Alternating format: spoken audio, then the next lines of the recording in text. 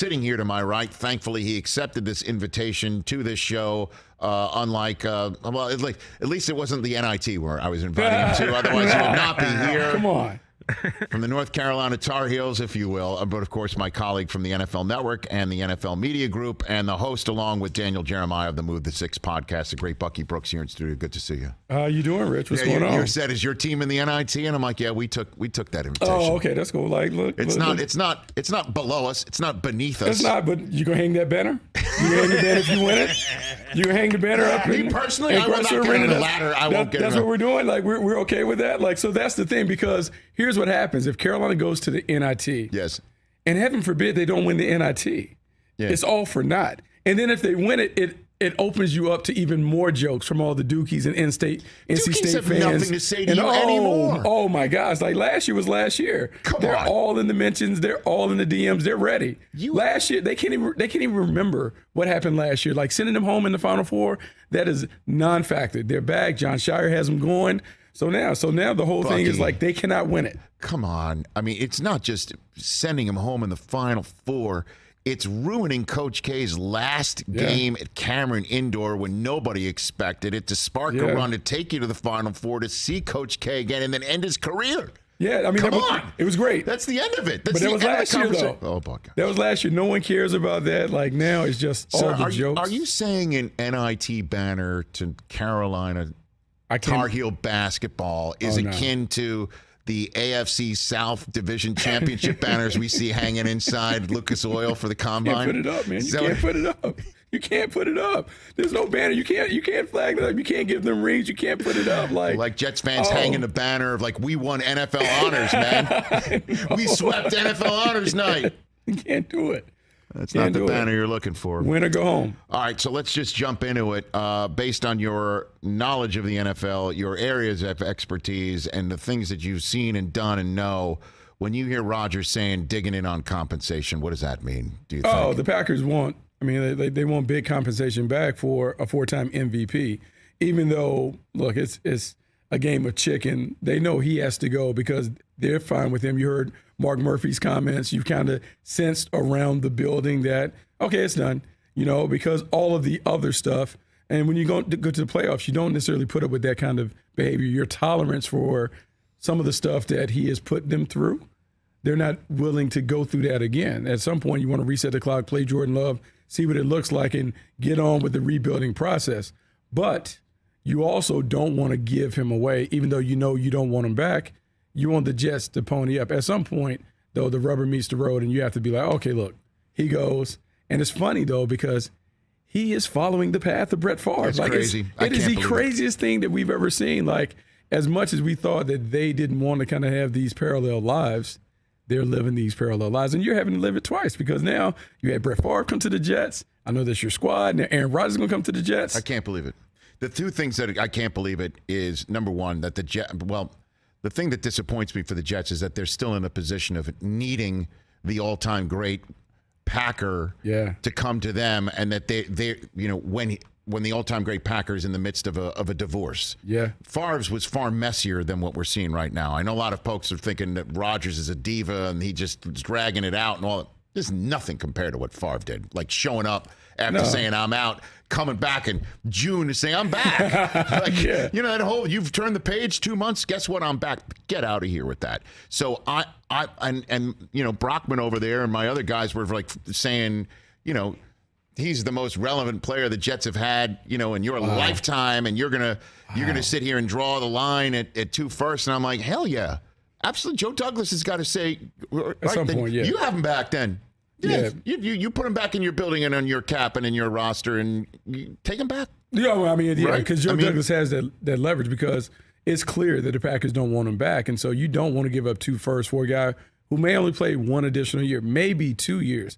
He really sets you back in the rebuilding process because without those 2 first-round picks, we talk about first-round picks being the nucleus, the core of your foundation for your team going forward. And so you give that up for an aging quarterback who, by all accounts, he didn't play great last year. He was fine, but he wasn't great.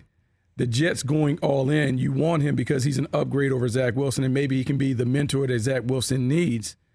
But you don't want to give up all that compensation because now you're all in on Aaron Rodgers, and it's look, it's Super Bowl or bust in my estimation with the Jets. You have to do it. If not, the move is viewed as a failure. So you got to make sure that you don't give up too much to mess it up. So then to put a button on this, Bucky Brooks, what do you feel would be fair compensation? I would have a hard time giving up a first-round pick for him just because he's 39 years of age. How long is he going to play? If he only plays 1 year, that first-round pick, you talk about 5 years of compensation, draft capital, all that stuff that you're giving away because the first-round pick you have control for 5 years. Yes. That's a lot. Top of the second round, multiple second-round picks or whatever, I'm fine. But I can't give up a first-round pick for Aaron Rodgers at this stage, even though I think it's a win-win for the Jets. It's a win because you get a player who knows how to win. He has a young set of receivers. If he's all in, meaning he shows up at the offseason, he's willing to work with Garrett Wilson and Eli Moore and all those guys, it works. The other part, we know that Zach Wilson has always idolized Aaron Rodgers. Yes. And we've seen the picture that circulated when they scrimmaged last year, how he kind of took him under his wing and talked to him. Maybe, just maybe, Aaron Rodgers can unlock some of the stuff that Zach Wilson has inside. And so you go from Aaron Rodgers for 2 years to now a better version of Zach Wilson that maybe we haven't seen. Bucky Brooks here on the Rich Eisen Show in studio, kind enough to join us on a rainy Los Angeles Wednesday. My NFL Network, NFL Media Group colleague here in studio. So the best quarterback on your draft board is? C.J. Stroud, but it's close. Now, and the reason why I say it's close because C.J. Stroud and Bryce Young both bring outstanding tools to the table. They both play the game the right way. They both have the ability to emerge as franchise quarterbacks. Okay. The reason why I lean towards C.J. Stroud is prototypical dimensions. 6'3", 225 or so pounds, natural thrower, maybe the most natural passer in the draft. He has everything that you've always looked for in the position over the last 25 years. Mm-hmm. And so when you think about how you want to build your team, that's what it looks like. Bryce Young has all of those attributes, high IQ, great accuracy, throws with touch, timing, and anticipation. Terrific performer in the clutch. The size factor, though. 5'10" and some change, 185 pounds. I know he measured in at 205, but he played his final season at 185. And so when you look at the frame, and I think that's the thing, because people say, oh, he's built like Kyler Murray. But when you watch them side by side, they're not built the same. And so you just worry about durability in a very physical game. And I know people have thrown out there, he could be the Steph Curry of that. But remember, Steph Curry dealt with injuries the early part of his career before he became the Steph Curry that everyone adores. And so Bryce Young has that ability, but the draft is part beauty pageant. If I'm going to take the beauty pageant, I'm going to go with the belle of the ball. And to me, that is C.J. Stroud. C.J. Stroud. Do you believe that's who the Panthers traded up to go get? Man, I will say this. It had to be one of the two, and you still can do that. When you go number one, it's all yours. And so even if there was a decision still to be made about Bryce Young and C.J. Stroud, you make the move because you have your choice. You can go to pro days. You can figure it out. You can continue to talk to people. But I will say, when you're in the Carolina Panthers organization and you look at their coaching roster, Frank Reich, big quarterback, played in the league. Josh McCown, big quarterback, played in the league. You think about Jim Caldwell helping out on that offensive staff. Who did he unlock to help the Baltimore Ravens win a Super Bowl? Joe Flacco, big quarterback that played in the league. And so I just believe that when you're a big quarterback and you've seen the game played a certain way and you played it a certain way, you kind of lean towards that. I think C.J. Stroud will ultimately be the pick, even though Scott Fitterer was in Seattle when they took Russell Wilson. And so maybe, just maybe, there's still some of that debate between the two. But I think C.J. Stroud ultimately will be the pick. Tell me how Anthony Richardson crashes the party. I don't know, to be honest. I'm be honest. This is a mythical unicorn that has somehow dropped in our lap because he had a dazzling performance at the Combine. And I'm saying this as respectfully as I can about Anthony Richardson. Outstanding athlete. You don't see guys 6'4", 244, run a 4.43, vertical 40-plus inches, and all of that. Mm-hmm. But at the end of the day, the game is played between the lines. And when people, and I hate this about our part of the business, when we make comparisons, people need to make sure they dig deep when they make those comparisons. So the guy he's most compared to is Cam Newton, right. And then we've heard some of the Jalen Hurts thing. Well, let's go back to when Cam Newton was in the SEC at Auburn. Yeah. Cam Newton rushed for 1,400-plus yards, won a Heisman Trophy, took a team that had one other pro to a national title, and won. Jalen Hurts.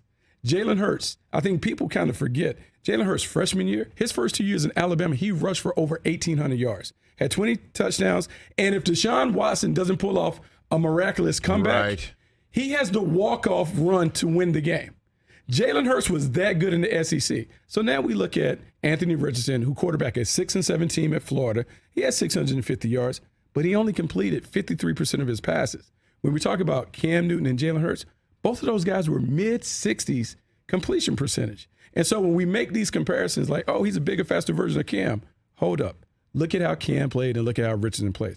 We see the flash plays, but I would have a hard time saying that I'm going to take Anthony Richardson in the top 5 and say he's going to be my franchise quarterback when I've only seen him do it for one season, and it wasn't impressive when it comes to the production nor the victories. So do you evaluate Will Levis higher?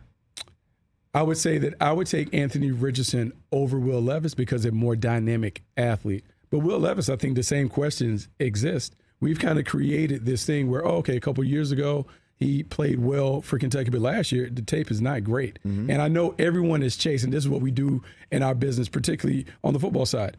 When you miss out on somebody, say we missed out on Josh Allen, we spend our time trying to find the next one where we can make it right. And because Josh Allen has popped in the National Football League, everyone is saying, this guy has those traits, it's going to work. But the Buffalo Bills might have called lightning in a bottle. Great combination of hardworking player, great coaching with Brian Daboll and Sean McDermott and that staff, and it worked. There's no guarantee that Will Levis or Anthony Richardson are going to work like that because all of those factors have to work together. The only place where I would say Anthony Richardson would be intriguing, the Seattle Seahawks, because they have Geno Smith in place. Yes. If they were going to drop a top 5 pick and say, hey, we won't see him until 2024, 2025, okay, we can sign off on it because it's the ultimate gamble. It's more of an NBA basketball pick where you're gambling on production and potential instead of like what you've seen.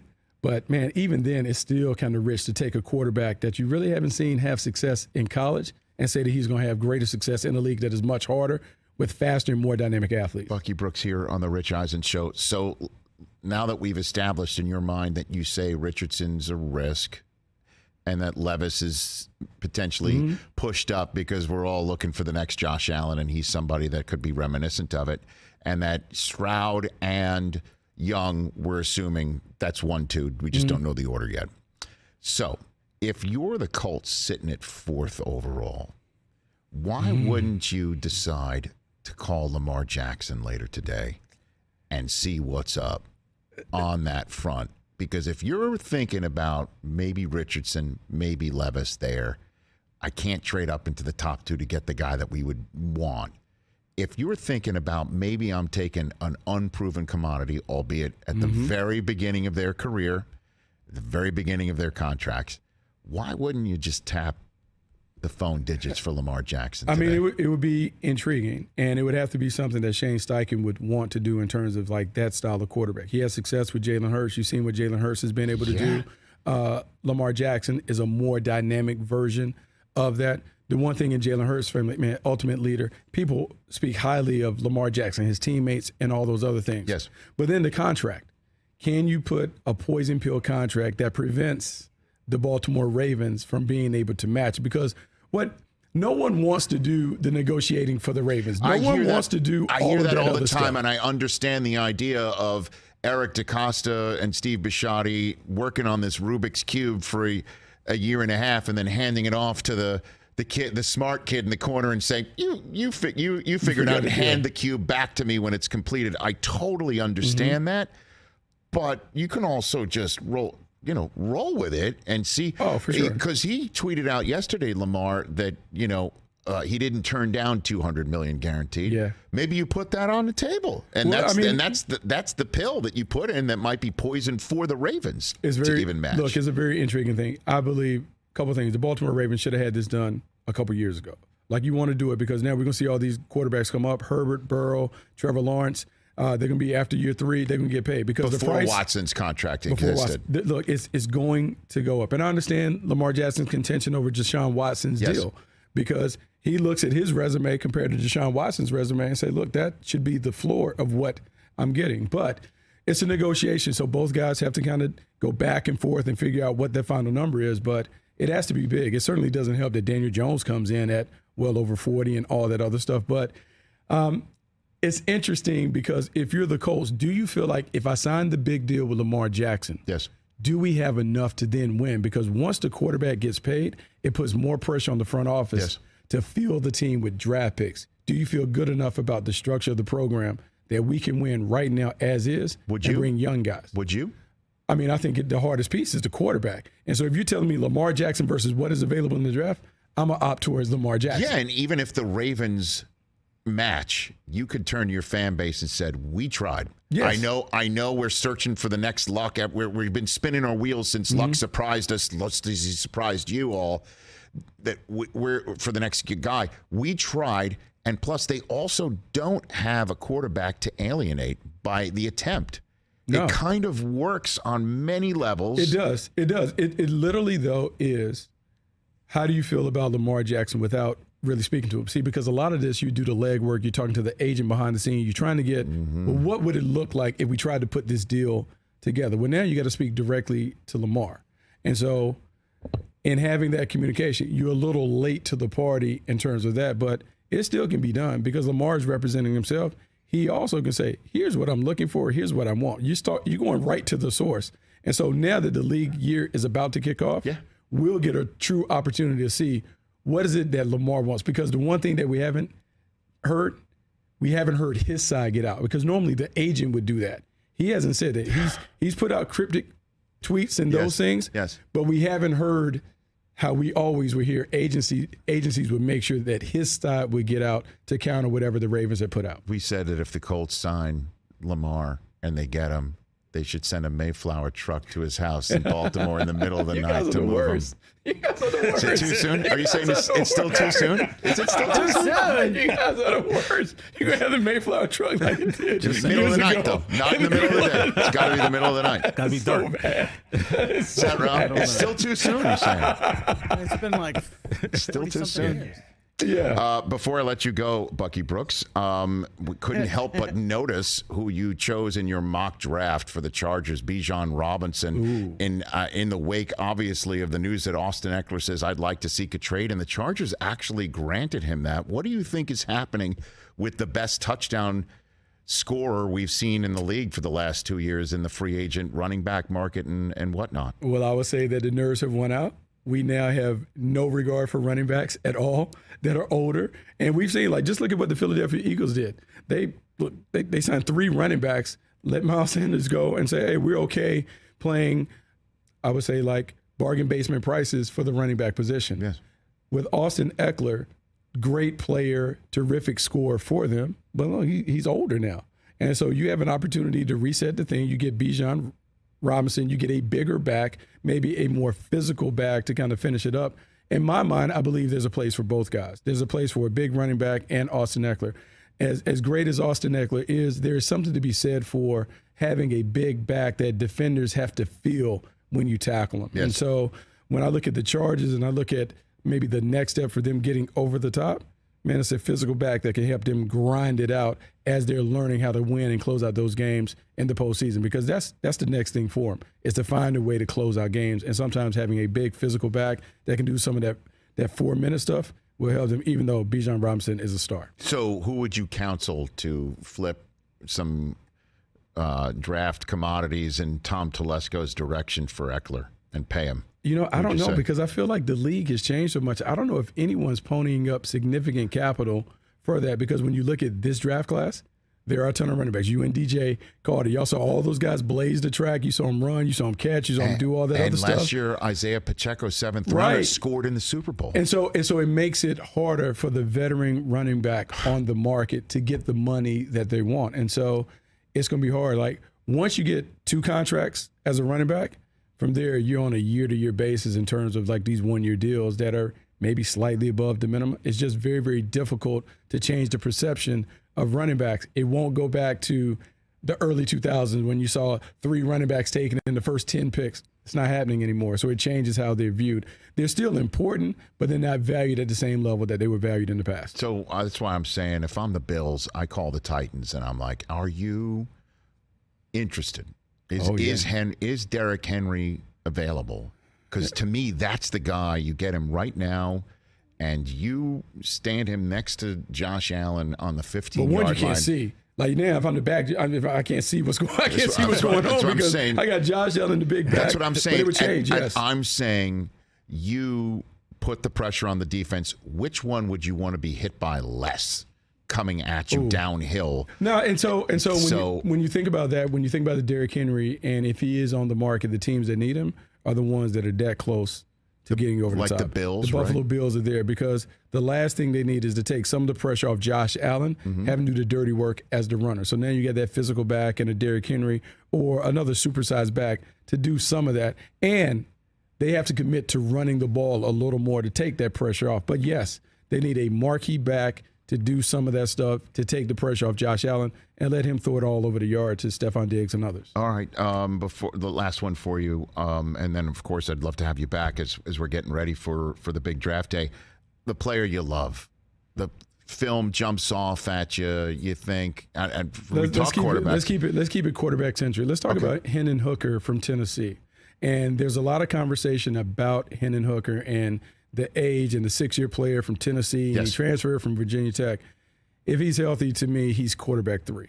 When you look at his tape and you watch how he plays, this guy is a pro. He throws it. He spins it the way that you want to do it. He has a calmness about him in terms of the leadership ability that I can trust him. And so at a time where teams are looking for that value quarterback in the second round that you can get that maybe can be the Jalen Hurts. Yeah, right. Hendon Hooker, to me, is the one that maybe you cast your lot with him. If the team is good, he's ready to kind of go in there and do some things. I think he is the one that you need to look at, even though the knee is a concern because he tore his ACL at the end of the year.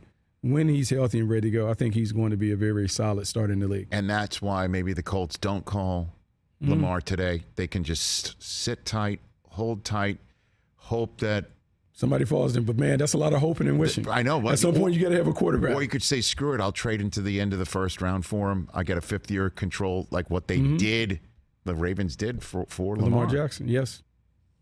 Great stuff, man. Greatly appreciated. Thanks for coming here, Bucky Brooks. Bucky Brooks right here. Check him out on the Moves to 6 pod with the equally great Daniel Jeremiah. This conversation about prospects and the Monster Players of the Week, sponsored by Monster.com. Monster.com can help you tackle the job search and make your next career move. It's time to get off the sidelines. Go to Monster.com and win the job hunt. Follow Bucky Brooks at Bucky Brooks on Twitter and at Big Play Football. How about that? Instagram. On Instagram. Let's do it. And I like the combine switches. You like that? Yeah. I thought I'd bring you back. You spent so much time in Indy. I know that's your thing. So I was like, I'm going to bring Rich back. I appreciate that. And Mike Del Tufo, our audio executive, appreciates it because it's probably free. You probably Yes, I love. Very good. Catch the Rich Eisen Show every single day on the Roku channel, 12 to 3 Eastern for free.